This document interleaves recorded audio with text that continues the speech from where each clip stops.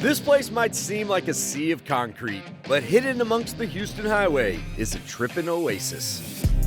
We'll eat everything from Venezuelan pastries to Vietnamese crawfish to South African ostrich. We'll learn about the history of the railroad and rice while sipping a pint under the historic silos. We're exiting the fast lane for this one, y'all, to visit one of the purtiest ladies in Texas. Katy, my lady. Oh, what day trips you hold. Woohoo!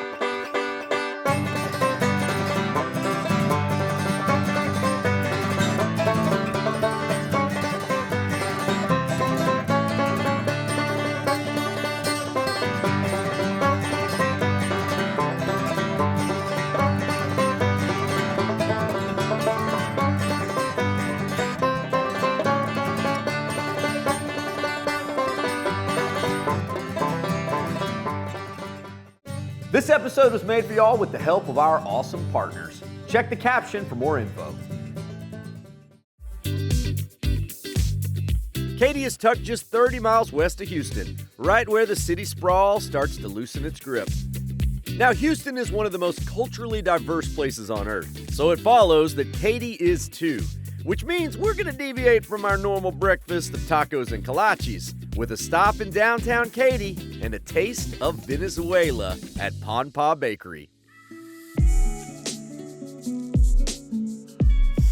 Oh, this place smells amazing. Like, look at this. So, right off the bat, I mean, you can tell this is not an American bakery. Venezuelan rolls, conchitas, guava rolls, and then, what is this? Cheese on a sticky bun? The cases are filled with not just Venezuelan classics, but also European staples. And the man behind the pan, owner David Diaz. We have a pastry and bread for all the world. This looks beautiful. So how did you learn how to do all this? For my friend and my family, we have a business in Venezuela, the bakery. Okay. And my grandfather is from Italy. If you want to know how much David likes bread, well, he has the entire process tattooed on his arms.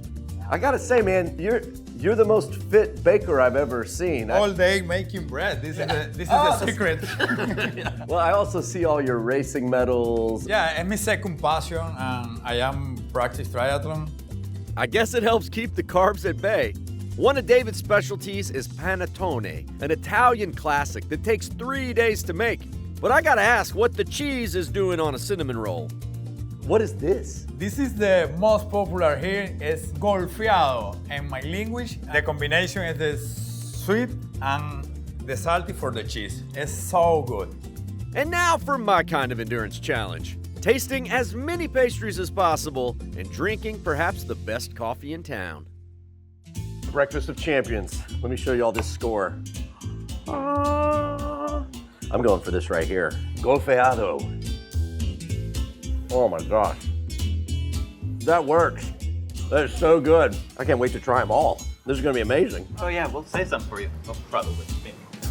Hold up. What? It's bad when my crew has even less self-control than I do. Life is pretty sweet here in Katy. So we are standing in one of the fastest growing parts of the greater Houston area.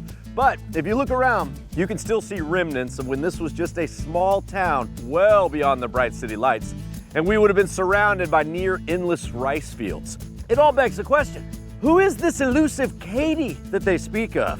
Well, maybe this will help. It's the depot for the old Missouri, Kansas, Texas Railroad. Sir, all right, I have a question. Who is Katy? The people need to know. Katy? Is that? Oh, sorry, ma'am. Katy? Oh, no. Oh, boy. Katy. I mean, she could be a Katy. Katy, isn't it?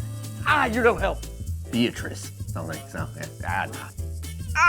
I'm just getting blank stares. Somebody tell me the truth. Who is Katy? Katy was not a person. That's a pretty common misconception. Katy was a company.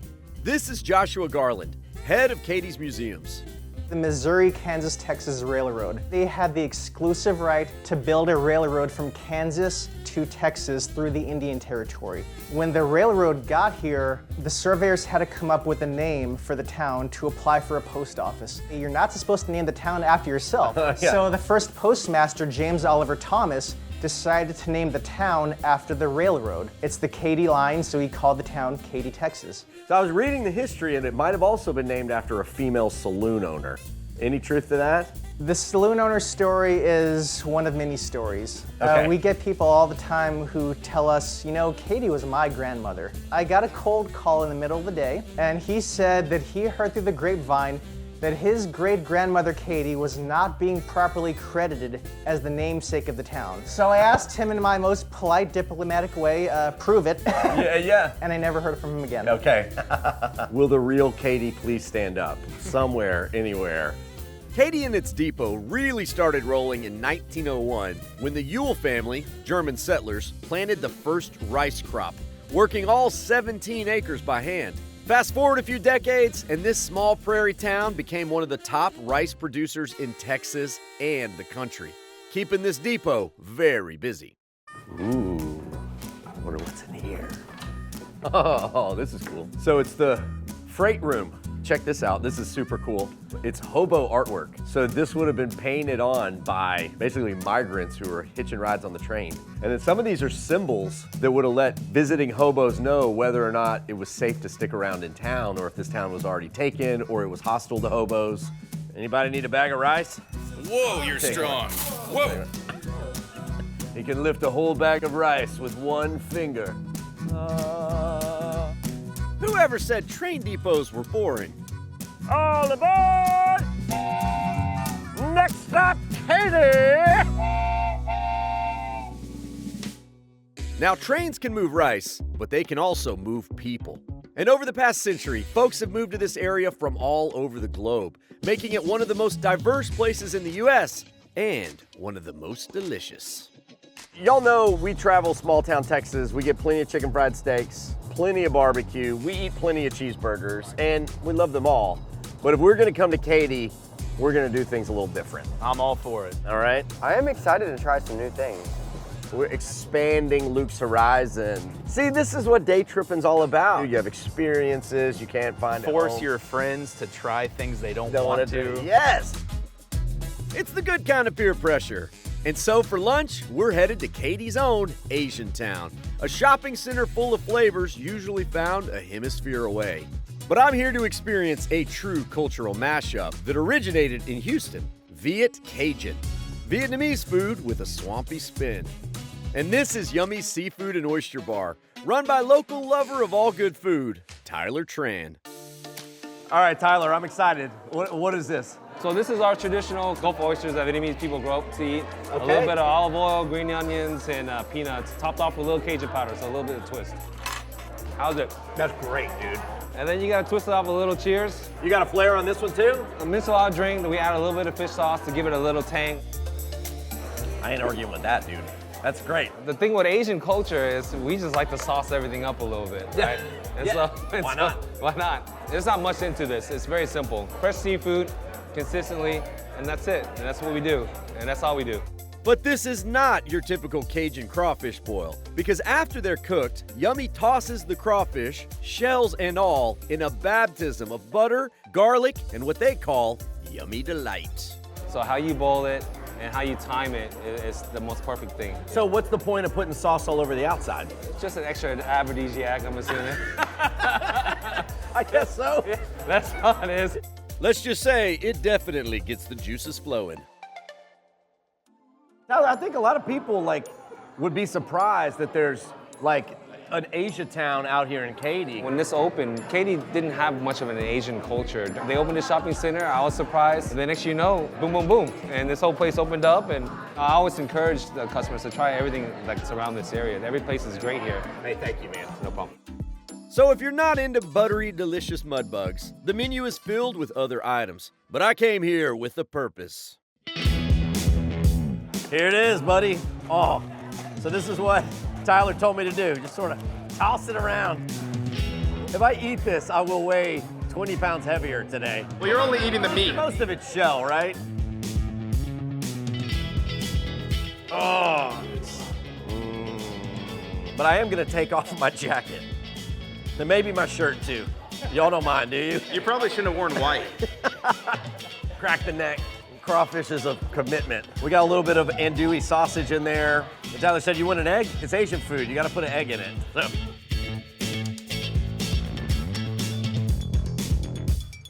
Slam dunk, baby. And you see all the good stuff on my fingers? It's familiar, yet it's not, because nobody in Cajun country puts this much sauce and butter on the outside. This is for Tyler and all my boys back home in Southeast Texas. Juicy Cajun Kool-Aid coming out of it. I love finding these little pockets. This is more than just a little lunch, right? It's a cultural experience. Take a little lunch and leave Texas for a little while. At least what most people think of Texas.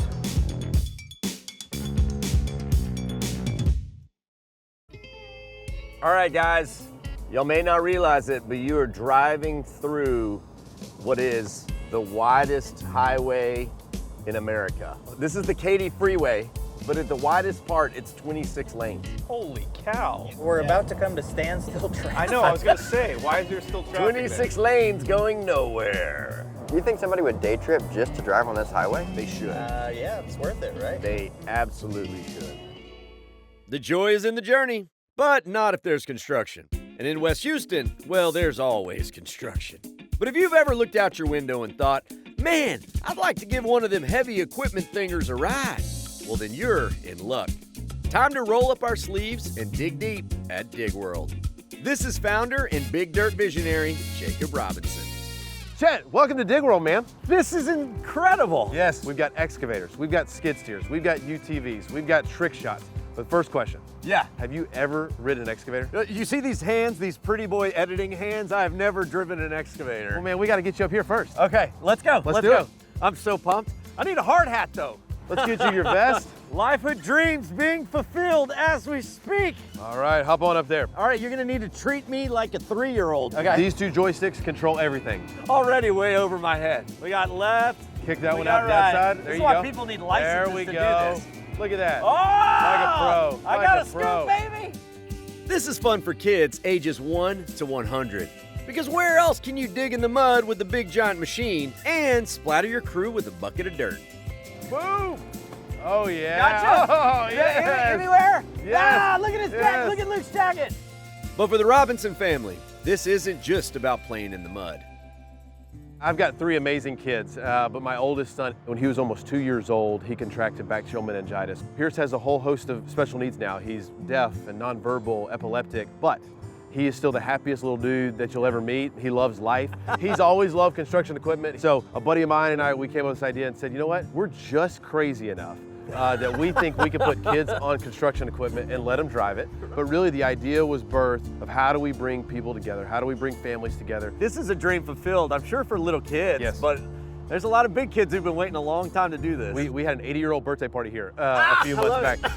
Playing in the dirt is ageless. Visitors can also drive skid steers around a track.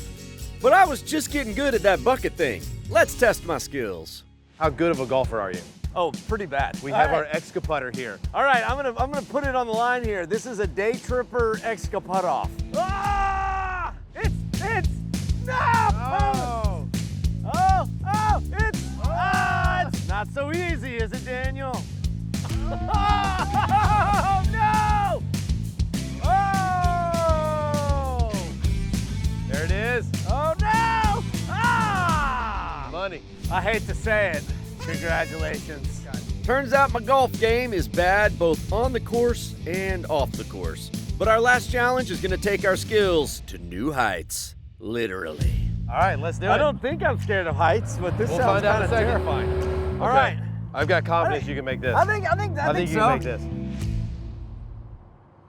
Hey, Oh, 1 for 1. one. Let's go. I gotta say, I really dig this park, especially the mission to bring families together and put smiles on faces. We now interrupt this programming to remind you to like and subscribe.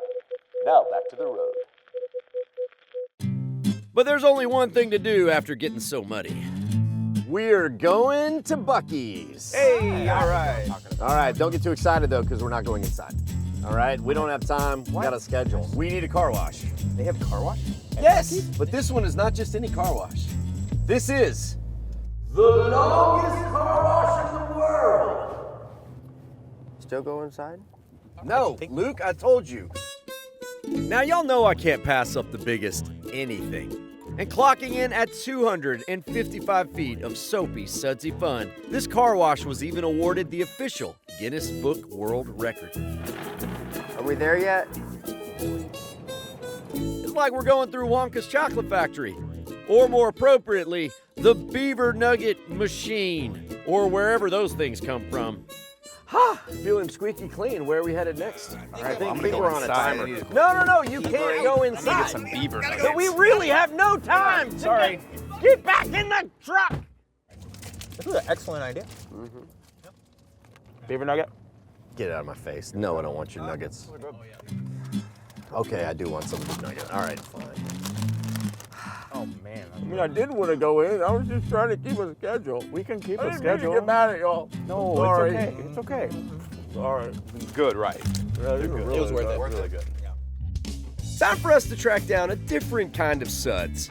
Maybe even some with the side of rice and a brew.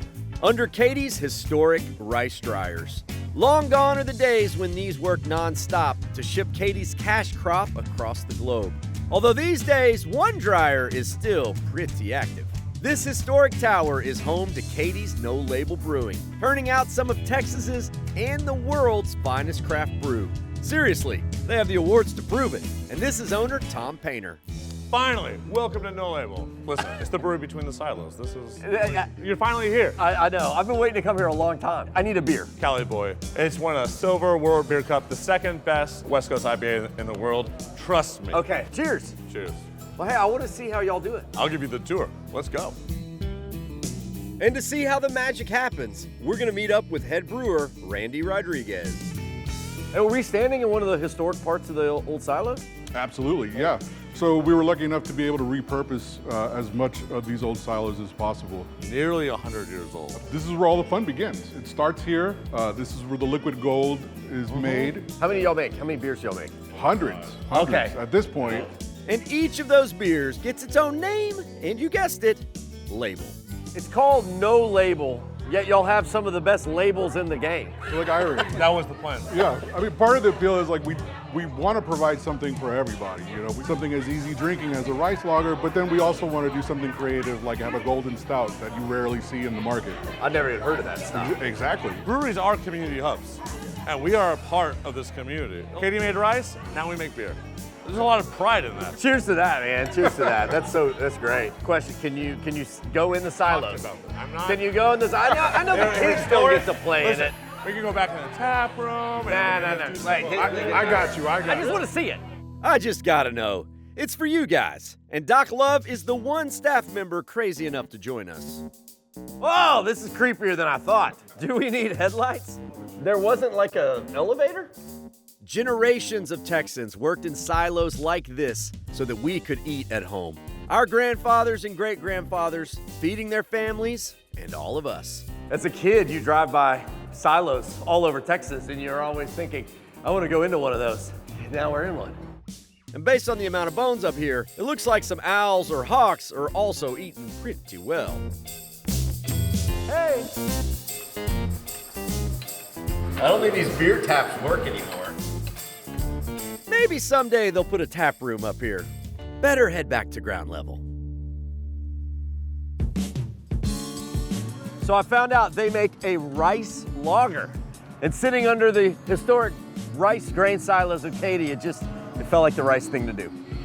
And if you ask me, we're having a really rice day right now. All right, y'all, time for dinner. I promised we were gonna do things differently today. So let's visit a restaurant hailed as one of the best in the city, with food hailing all the way from South Africa. Welcome to Astor's Table, the vision of Chef Casey Castro to bring the foods of his native country to Texas. Oh. Okay, I can smell this, Chef Casey. Oh, wow. I smelled it before it hit the table. What do we have here? Right here you have the South Africa sampler. Oh, I'm so excited. Yeah, that's babuti. It's very traditional. Over here you have Boulevard sausage. There's no sausage better than that in the whole world. Over here you have the chakalaka. It's a little bit spicy. I'm a wimpy, so I don't touch that. But one of the things that I see is that I love your Texas cowboy hat that you got. Thank you. So I'm gonna have to measure you. So I got mine. No, hold on, I'm bold, but you know. As you can see, South African hospitality even rivals Texas. And the flavors here are taking my taste buds on a tour. Now, let that flavor hit you. God, what am I? Then there's some heat coming in. Yes. Ooh. I mean, the depth of spices. Exactly, and that's one of the things that we do. And world's best sausage. It is totally different. There's a lot of different kinds of sausage in Texas. That's like none of them. That's its own category. That's another level. South African cuisine not only carries the flavors of the indigenous people, but also centuries of influence from places like India and Europe. And Chef Casey's journey to Katy is even more unexpected than the flavor. Originally, I came here to go to law school 23 years ago. For real. I got here in Atlanta. The people who were supposed to sponsor me never showed up at the airport. No kidding. I called back home. I was like, do you guys know anybody in America? So my auntie was like, I know somebody that used to live here 10 years ago. Guess where they live? You don't tell me. Texas. Yeah? Yeah. So I called them and I'm like, hey, y'all, how y'all doing?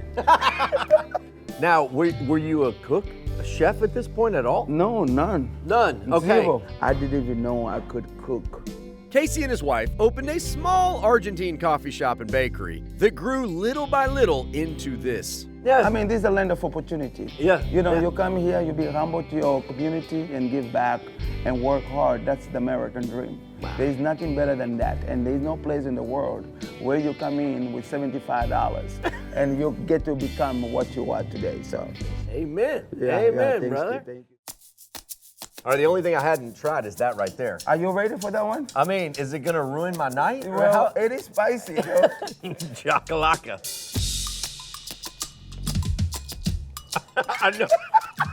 I know the flavor of crazy spicy peppers, and it just means it's a matter of time before my tongue sets on fire. That is hot. I gotta give you props because there's a ton of flavor packed in that. It's not just heat. Woo! I'm awake. Anybody else? One of Astor's specialties is exotic meat, and Casey's got something special for us. How do you like your oysters? Well, usually walking around in a field, South Africans, this is a typical meat tea. Yeah, oysters. Okay. Yeah. I also got something for you.